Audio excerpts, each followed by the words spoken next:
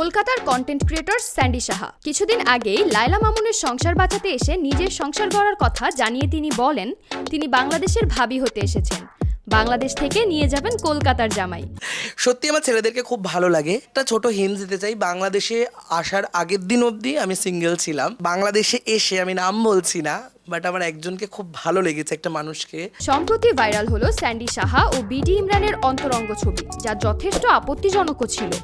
সে নিয়ে বয়ে গেল তুমুল ঝড়। ইমরান লাইভে এসে বলেন তার 5 বছরের ক্যারিয়ার নষ্ট হয়ে গেছে স্যান্ডির কারণে। আমি মুসলিম পরিবারের সন্তান, আমি কখনো এরকম কাজ করতে পারবো না। লাইভে বিডি ইমরানের এ ধরনের কথায় স্যান্ডি সাহা তার বিপরীতে আরেকটি লাইভ করেন। তোমরা বিশ্বাস করতে পারবে না, আমার সাথে এত বড় বাংলাদেশে ধোঁকা হয়েছে। ওই যে বিডি ইমরান কেঁদে কেঁদে ভিডিও করছে আর বলছি সব নাটক, আমার ভালোবাসা মিথ্যে, সবকিছু নাটক ছিল।